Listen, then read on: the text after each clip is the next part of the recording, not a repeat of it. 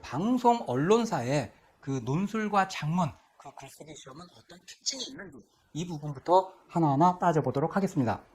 자, 지금 이 특징을 살펴볼 때 우리는 크게 두 부분에서 살펴볼 수 있을 겁니다. 형식과 내용 두 측면이겠죠. 자, 먼저 형식적 측면에서 보자면 지금 방송국과 언론사에서 보고 있는 이 글쓰기 시험은 시간이 60에서 90분, 1시간에서 1시간 반 사이로 시험을 보고 있습니다. 자, 이 얘기는 무슨 말이냐면 생각보다 굉장히 짧은 시간에 여러분이 글을 써내야 된다는 얘기입니다. 자, 60에서 90분이다. 이 짧지 않습니까? 그러다 보니까 여러분이 글을 쓸 때 만약에 여러분들이 집에서 또는 학교에서 글을 쓴다면 먼저 초안을 작성해 보고 또 이거를 다시 한번 검토하면서 하나하나 검토해서 다시 수정하는 작업, 이런 작업을 거칠 수 있습니다. 그렇지만 이 논술 언론사, 지금 방송국에서 실제 여러분이 시험장 가서 볼 때는 1시간에서 1시간 반 사이에 실제 이 글을 완성해 내야 됩니다. 그렇기 때문에 초안을 작성하고 또 이걸 가지고서 다시 한번 수정한다거나 이럴 시간이 존재하지 않습니다. 이 얘기는 여러분들이 지금 평소에 공부를 하실 때 어떻게 해야 되냐면 내가 초안을 쓰고 교정하는 게 아니라 미리 충분히 글쓰기 전에 미리 충분하게 내가 어떻게 쓸지를 다 정리하고 충분히 내용까지도 정리가 돼 있어야 된다는 겁니다. 그러고 나서 실제로 답안지에 글을 쓸 때는 아예 그냥 쭉 써내려가야 되는 거죠. 자, 이런 부분에서 여러분이 이 시간이 갖는 의미를 파악해 보시기 바랍니다. 자, 두 번째로는 길입니다. 이 실제 시험 볼 때 이 글자 수가 1000에서 2000자, 보통 1500자 내외의 글쓰기 문제가 나옵니다. 자, 이 길이는 왜 또 여러분에게 말씀드리냐면 한번 생각해 보면 여러분들이 지금까지 그 글쓰기 하면서 논리적인 글을 쓴 게 어떤 게 있을까 생각해 보죠. 여러분들이 대학 다닐 때 쓴 리포트를 한번 생각해 볼 수 있겠죠. 근데 그 리포트는 보통 A4 용지로 한 4, 5장 정도, 그러면 A4 용지 한 장이 한 2000자 내외이기 때문에 이 한 4, 5장이면 8000자에서 10,000자 정도 되는 글입니다. 그러니까 여러분들이 지금까지 썼던 글들을 생각해 보면 한 이 정도의 글을 썼는데 1000에서 1500자? 이 정도면 굉장히 생각보다 짧은 글입니다. 그런데 이게 무슨 의미냐? 짧은 글 안에 여러분들이 주어진 문제에 대해서 내가 정확히 이해한 것도 보여줘야 되고 또 그걸 깊이 있게 이해해서 내가 뛰어나다는 것까지 거기서 보여줘야 됩니다. 그렇기 때문에 여러분들이 쓸 글에서는 군더더기가 있어서는 안 됩니다. 그러니까 이야기가 자꾸 딴 데로 새버리면 실제로 내가 이 짧은 글 안에서 진짜 해야 될 중요한 얘기를 놓치게 되는 겁니다. 그렇기 때문에 여러분들이 핵심을 잡고 그 핵심에서 벗어나지 않게 계속해서 집중하면서 글을 써내려 가셔야지만 좋은 글이 나올 수 있다는 얘기입니다. 자, 그 다음으로 우리가 한번 생각해 볼 것은 유형, 문제 유형입니다. 지금 여기 나와 있듯이 논제 제시형 문제다 이렇게 말씀을 드렸는데 이 부분은 우리가 한번 생각해 보면 한번 여러분이 쉽게 이해하기 위해서 논술을 가지고 한번 이야기해 보죠. 그러면 대학 입시에서 혹시 여러분들 중에서 논술 시험을 치르신 분들도 있을 겁니다. 근데 그때 논술 시험은 어떠냐면 제시문이 있습니다. 그러니까 지문을 주고 문제가 있지만 지문을 읽고 거기에 나온 걸 참고해서 여러분이 생각을 전개하는 겁니다. 그리고 현재 공기업 시험에서도 이렇게 지문이 주어지고 질문이 주어집니다. 그런데 언론사 시험에서는 언론사나 방송국 시험에서는 이런 지문이 없이 그냥 질문, 문제만 주어집니다. 그러면 문제를 읽고 나서 내가 이 문제가 도대체 무엇을 묻고 있는지를 파악하고 그 다음에 그 문제에서 내가 알고 있는 지식을 총동원해야 됩니다. 그러니까 무슨 얘기냐면 내가 기본적으로 얼마나 갖고 있느냐를 묻는 거지 여러분이 주어진 거를 독해할 능력을 묻는 거하고는 무관한 겁니다. 그렇기 때문에 논제 제시형이기 때문에 여러분이 충분히 미리 사전에 준비가 돼 있어야 된다. 이렇게 말씀드릴 수 있겠습니다. 자, 이러한 측면이 어떤 그 방송 언론사 글쓰기 시험의 형식적 측면에서 중요한 특징이라면 다음으로는 내용적 측면을 살펴보도록 하겠습니다. 먼저 봐야 될 것이 방송이나 언론이 어떤 특성을 지니는가를 생각해 봐야 됩니다. 지금 방송국이나 언론사는 여러분이 취업하고자 하는 이 방송국 언론사는 일반 기업과는 차별성이 있습니다. 일반 기업들은 어떤 특정 분야에서 특정 아이템을 정해서 그걸 생산하고 그걸 고객에게 판매해서 수익을 올리는 그러한 활동을 주 목적으로 합니다. 그러나 이것과 달리 언론이나 방송은 그게 아니라 사회적 현상을 가지고서 자기의 어떤 주요 생산품으로 하고 있다고 생각할 수 있겠습니다. 이게 무슨 말이냐? 실제로 사회적으로 벌어진 일, 또 사회적으로 사람들이 관심을 가지고 있거나 또는 관심을 가질 만한 일, 이러한 정보, 뉴스, 스토리 이런 것들을 가공하고 생산해서 소비자들에게 판매하고 거기서 수익을 올리는 겁니다. 그러다 보니까 이 언론과 방송은 사회적 현상에 관심이 모든 것들이 쏠려 있습니다. 그렇기 때문에 여러분들이 만약에 방송이나 언론에 취업하고자 한다. 그렇다면 당연히 이런 사회적 현상, 즉 시사적인 이슈에 대해서 관심을 갖고 또 이런 것들을 잘 이해하고 또 그런 것들을 심도 있게 논의를 전개할 수 있는 능력, 이것들을 측정하고자 하는 겁니다. 그래서 이 방송과 언론의 특성이 이러한 특성이 있다 보니까 여러분이 이 시험에서 해야 될 내용들이 중요한 것이 먼저 방송, 언론의 특징에서 가장 내용적으로 중요한 것이 시사적인 맥락을 파악하고 시사적인 그 이슈와 관련해서 자신의 입장을 체계적이고 논리적으로 깊이 있게 전개할 수 있는 능력을 보여줘야 된다는 겁니다. 자, 두 번째로 내용적인 특성을 한번 살펴보겠습니다. 자, 두 번째는 지금 여기에 기사 또는 사설과의 차이다 이런 얘기를 하고 있는데 이 부분은 무슨 얘기냐면 특히 논술과 관련해서 좀 더 말씀을 드리면 이해하시기가 쉬울 것 같습니다. 지금 한번 논술하고 생각해보면 논술 시험을 볼 때 1번의 이 특징이 있지 않습니까? 시사적 맥락을 파악해야 된다는 거. 이것 때문에 많은 분들이 논술 글을 시사적인 이슈, 이거에 대한 예시를 계속해서 글에서 반복적으로 집어넣습니다. 그러면서 시사적으로 내가 풍부하게 이해하고 있고 이런 걸 잘 풀어낼 수 있다는 걸 자꾸 과시하려고 해요. 실제로 여러분들 다른 곳에서 제가 가르친 학생들 글을 보다 보면 특히 그 언론사 시험 준비를 오래 한 친구들일수록 이런 시사적 이슈들을 많이 알게 됐죠. 이제 공부를 많이 했으니까.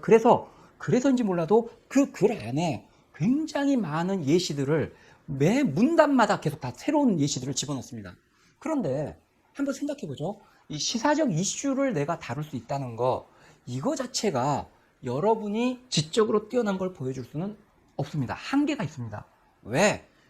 이거는 시사적인 정보, 팩트를 여러분이 얼마나 많이 아는지를 보여줄 뿐이지 여러분이 낯선 과제, 낯선 환경 또는 굉장히 당황스러운 상황에 주어졌을 때 얼마나 그 상황을 냉정하게 바라보고 합리적으로 대처하면서 굉장히 순발력 있게 대처한다. 이런 걸 보여줄 수는 없다는 거죠. 이러한 능력은 오히려 여러분이 순발력 또는 판단력, 지적인 여러 가지 재반 능력들을 함께 고려해야 되는 거죠. 자, 그리고 또 하나 생각할 게 시사적인 정보에 대한 여러분의 이해력 이런 것들은 나중에 실무 면접 가서 기사 작성 뭐 이런 것을 통해서도 충분히 검증할 수 있다는 얘기입니다. 그렇기 때문에 이것은 뉴스 기사와는 차원이 다른 겁니다. 논술은. 그렇기 때문에 여러분들이 여기에서는 단순히 어떤 시사적인 이슈에 대해서 내가 해박하게 알고 있다 이것만 보여주려고 하지 말고 내가 그러한 주제에 대해서 더 깊이 있게 안다는 이러한 것들을 함께 보여줘야 된다는 얘기입니다. 그래서 여기 나온 것처럼 이론적 깊이를 갖춘 그러한 글쓰기가 돼야 된다. 자, 여기서 또 한 가지 생각해야 될 게 이제 정반대 측면에서 우리가 고민해 볼 수 있습니다. 무슨 얘기냐면 어떤 시사적인 문제만이 아니라 이에 대한 좀 더 이론적 논의를 하다 그러니까 여러분의 주장 이런 것들이 강조되다 보니까 여러분들이 신문 사설을 떠올리는 경우들이 많습니다. 실제로 제가 본 많은 학생들이 논술 글쓰기 준비를 훈련을 하면서 신문 사설을 가지고 하시는 분들이 생각보다 많이 있어요. 자, 그런데 여러분들이 생각해야 될 것, 논술과 신문 사설은 분명 차별성이 있습니다. 신문 사설은 논술과 똑같은 걸로 자기가 어떤 쟁점에 대해서 어떤 입장, 이거를 강하게 주장하고 독자들을 설득하려는 그러한 글인 것은 분명 맞습니다. 그러나 신문 사설은 논술과 달리 상대적으로 다소 주관성이 개입이 되고 또 다소 감정적인 표현을 써서라도 자기의 입장을 더 강하게 주장하는 그런 측면이 그 성격이 강합니다. 그렇기 때문에 신문 사설은 보는 사람에 따라서 자기하고 입장이 같은 입장의 사람은 굉장히 이것을 좋다고 느끼지만 다른 상대방 입장에서는 굉장히 불쾌하게 느껴질 수가 있습니다. 바로 이런 부분 때문에 논술과 사설을 여러분이 구분하셔야 된다는 얘기입니다. 논술은 이와 달리 누가 보더라도 이 글 쓴 사람 자체가 굉장히 냉정한 입장에서 객관적으로 자기의 생각을 그냥 객관적으로 하나하나 사실들을 열거하면서 논리적으로 따져주는 그냥 합리적인 글이다라는 생각이 들면서 어떤 입장에 공감하게 만드는 거, 이게 논술글이라고 생각하시면 지금 신문 사설과의 차이를 어느 정도는 감이 오실 것 같습니다. 자, 이러한 면에서 지금 방송 언론사의 글쓰기 시험은 방금 말씀드린 형식적인 측면에서의 어떤 특성을 파악하고 또 내용적으로 이것이 어떠한 특성을 지니는지, 그래서 내가 써야 되는 글은 어떠한 특성들을 지녀야 되는지를 여러분이 이제 먼저 이해하시는 게 우선이라고 생각합니다. 자, 다음으로 우리가 생각해야 될 것은, 그렇다면 실제 방송 언론사 그 논술 장문 시험에서 우리가 부딪히게 될 그러한 그 문제 유형은 어떤 장르의 어떤 유형인지를 좀 더 구체적으로 살펴보도록 하겠습니다. 자, 크게는 논술과 장문 두 가지 유형으로 나눠지겠습니다. 여기서 또 더 우리가 한번 세분화 시켜보죠. 지금 이 장문은 또 수필과 소설로 나뉘어집니다. 그리고 이때 이 수필은 경수필과 중수필, 보통 경수필이라는 것은 개인적인 성찰, 어떤 일상의 소소한 일상이나 어떤 대상, 사물, 사건 이러한 것들을 보면서 자기가 개인적으로 느끼는 어떤 그것의 색다른 의미, 또 다른 측면, 이런 것들에 대해서 내가 생각해 보면서 인생에 대해서 다시 한번 되새겨보는 이러한 것들을 보통 다루는 그런 소소한 일상, 개인사적인 측면이다 보니까 이런 것들을 개인적 수필 또는 경수필이라고 부릅니다. 자, 또 다른 걸로 지금 여기 나와 있는 중수필이 있는데, 이 부분은 어떤 사회적인 현상들, 사회적 이슈들에 대해서 여러분들의 의견을 묻는 겁니다. 예를 들어 간단히 생각해보면 경수필이다. 그러면 무슨 머그잔 아니면 시계 아니면 뭐 이런 식이라면 중수필이다. 그러면 어떤 게 있을까요? 예를 들어 최근에 뭐 사드, 이것도 하나의 그 수필의 대상이 될 수 있습니다. 또는 최근에 달걀 뭐 이런 식이라든지, 이런 식으로 우리 뭐 일상의 달걀 자체는 내가 개인적인 추억이 있을 수 있고 개인적인 성찰이 있을 수도 있지만, 이건 최근에 우리 사회에서 어떤 그 살충제 문제라든지 또는 AI 문제와 관련해서 굉장히 이슈가 되고 있지 않습니까? 그래서 만약에 달걀 나왔다, 그럼 이것은 단순히 개인적 측면만이 아니라 이런 사회적인 의미까지도 함께 다루면서 우리가 풀어나가야 될 겁니다. 그래서 이런 것들을 중수필, 사회적 수필이라고 부르는 겁니다. 자, 그 다음으로 소설이 있습니다. 이 소설은 실제로 여러 가지 뭐 유형으로 나눌 수가 있고 그 분류법이 굉장히 다양한데요. 실제 언론사 시험 아까 말씀드렸듯이 이 시간이 이 정도고 길이도 이 정도예요. 그렇기 때문에 시험장에서 짧게 쓰기 때문에 이건 뭐 긴 글이 아니거든요. 그래서 이것은 길이에 따른 분류, 그 중에서 장편, 중편, 단편, 초단편 했을 때 이 초단편 소설에 해당되는 꽁트, 이때 꽁트란 것은 어떤 코미디나 이런 개념이 아니라 초단편 소설이라는 의미입니다. 그래서 이 꽁트 쓰기, 이러한 것이 여러분이 앞으로 해야 될 어떤 방송 언론사 시험에 나오는 장르의 글들이라고 볼 수 있습니다. 자, 그러면 어떤 직종이 이러한 쪽을 보는지 한번 생각해 보겠습니다. 지금 보면 논술 시험은 기자나 아나운서, 방송 경영, 카메라, 방송 기술, 이런 직종에서 보통 이 시험을 보게 됩니다. 자, 그리고 수필이다. 그러면 PD, 아나운서, 방송 경영, 방송 카메라, 방송 기술, 거기다가 기자들도 수필을 봅니다. 기자들은 어떻게 되냐면 방송국의 경우는 그냥 논술 시험만 보는 경향이 있고, 지금 일부 신문사의 경우에는 장문과 논술을 동시에 두 개를 다 같이 봐야 됩니다. 그래서 기자라고 할지라도 이 수필 쓰기를 같이 여러분이 해 주셔야 됩니다. 자, 그 다음에 꽁트에 대해서는 여러분도 좀 아시는 분은 알겠지만 PD 중에서도 특히 예능 PD를 준비한다. 그러면 예능 PD들은 전부 꽁트, 초단편 소설을 써야 될 겁니다. 그리고 그러면 예능 PD 외에는 필요 없느냐? 그거는 아니라고 봅니다. 실제로 모든 직종에서 장문을 볼 때 그때는 이 수필을 써도 되지만 꽁트를 쓰는 것도 가능합니다. 그리고 또 한 가지 생각해 보자면, 다른 예를 들어서 이 다른 직종에서 지금 장문 시험을 볼 때 많은 친구들이 꽁트를 시도를 잘 안 해요. 왜냐하면 소설 쓴다는 것 자체가 굉장히 부담스럽게 와닿기 때문입니다. 그렇지만 만약에 여러분들이 꽁트를 쓸 수 있다면, 오히려 내가 예능 PD가 아니고 이러한 직종인데 내가 꽁트를 쓸 수 있다면 일단 글의 형식에서부터 변별력을 가질 수 있을 겁니다. 물론 그건 잘 써야지 변별력이 되는 겁니다.